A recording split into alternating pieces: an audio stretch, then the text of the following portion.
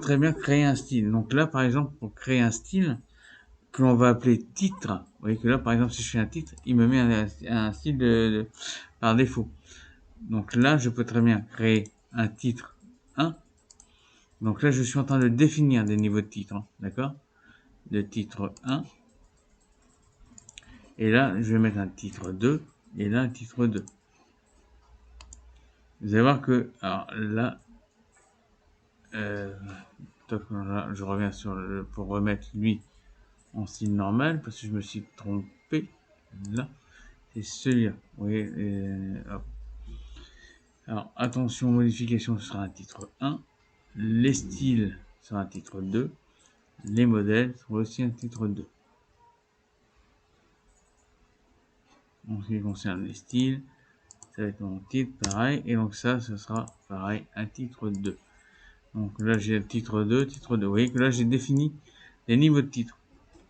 Ces niveaux de titre-là, on peut très bien aussi demander à ce qu'ils soient avec des numéros. Vous voyez? Donc, qu'est-ce que c'est? On va présenter. Et plutôt que de faire ça, mais comme j'ai déjà défini les autres en tant que titre, il suffit d'en mettre un, comme il est là.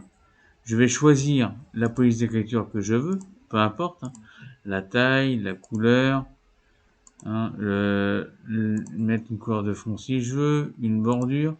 Et une fois que ça c'est fait, je viens ici pour définir la modification. Donc je vais cliquer sur mettre à jour titre 1 pour correspondre à la sélection. Et c'est fait. Et du coup, tout ce que j'ai présenté comme ça se met en place. Un style, on peut aussi le modifier, vous voyez, directement ici. Hein, je clique droit de souris sur sur l'icône du bouton titre, et là j'ai l'option modifier. Quand je clique sur l'option modifier, je peux venir ici pour changer, là encore, la police d'écriture, le mettre en gras, italique, souligner, changer la couleur de police, comme je veux. Hein. Et on peut très bien aussi aller plus loin avec des formats. Vous voyez, là, on peut mettre des bordures. Et je peux très bien, là encore, choisir une couleur de fond avec une bordure avec un type ombre. Et dès que je fais ça, je peux là encore modifier les paragraphes. Et tout ce que l'on fait manuellement, on peut tout établir là directement depuis cette base-là. Retrait à gauche de 2, retrait à droite de 2. Et je valide par OK. Une fois que je fais ça, je peux demander à faire la mise à jour automatique. Et donc ça, je valide par OK et c'est fait. Notez que là, la présentation, titre, est en train de prendre place, etc. Ce qui fait que là, par exemple, je veux mettre ça, le titre 2, je veux qu'il y ait des numéros. Donc là, je peux demander à augmenter le retrait. Et en mettant les numéros, là, je peux demander à les modifier et faire aussi pareil, à mettre des numérotations au niveau de ma table. Et si je fais ça, je vais par OK, toc, c'est fait. Et on peut demander à les avoir par rapport à des hiérarchisations. Et donc là, si je fais ça par rapport à une hiérarchisation, je fais mon décalage. Et du coup, là, il reprend ça, il me met mon 2.1. Et donc ça, il passe en 2.2. Et il n'empêche que ça, si je veux, je peux là encore le personnaliser. Et si jamais je fais ça, que je viens là pour dire mettre à jour, tout ce qui est en titre de la même façon se met la même mise en fin. Là, je viens de voir pour ce qui est de l'usage des styles. Maintenant, voyons pour les modèles. Mon document, pour l'instant, est encore en document brut. Pour arriver à le faire, quand je vais faire fichier enregistrer sous, je vais pouvoir choisir l'endroit où je veux l'enregistrer. Et de l'endroit où je vais l'enregistrer, ici, je vais mettre par exemple dans le dossier image, hein, même si c'est pas un bloc, mais c'est pour le retrouver plus facilement, plus directement. Je vais, vous voyez, là, il y a style et modèle. Pour l'instant, je suis en application DocX. Je vais venir ici sur type pour choisir le modèle Word. Et là, mon extension passera en .x. Et donc là, il me met par défaut dans les modèles Office. J'ai dit que je mets dans le dossier image pour trouver plus simplement. Et je fais enregistrer. Mon modèle est créé. Je ferme mon document. Et si je viens ici, dans mon dossier, pour arriver à le retrouver au niveau du dossier image, ben, toc.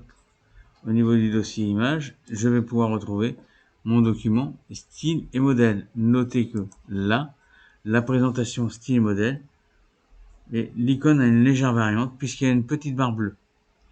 Si je fais un double clic dessus, il m'ouvre un nouveau document. Et là, vous voyez que mon document s'appelle document 7. Il faudra que je fasse fichier enregistrer sous pour pouvoir enregistrer un nouveau document.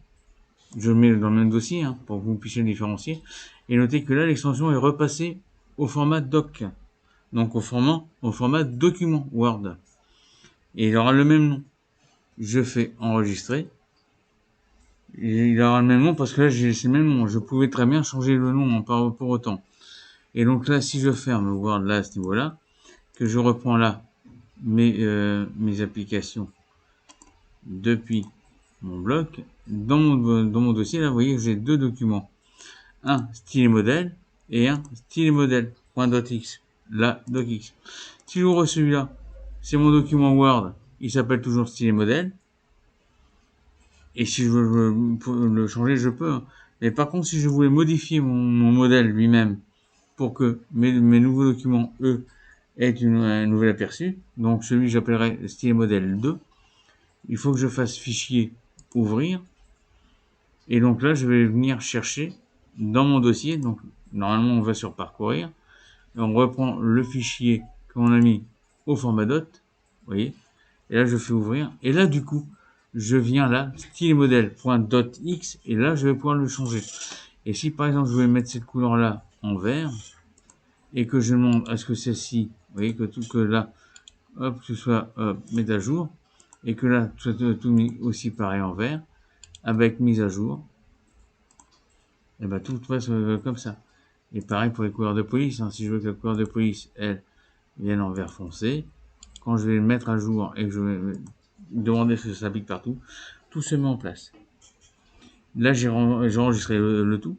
Si je fais ça et que je supprime ça et que je l'enregistre, j'ai enregistré un formatage. C'est-à-dire que maintenant, si je viens dans mon même dossier ici prendre mon style et modèle, vous voyez qu'il n'y a rien en aperçu. Si je fais un double clic dessus et que je remets style et modèle et que j'appuie là, donc là je peux maintenant que hop, je vais l'appeler 2.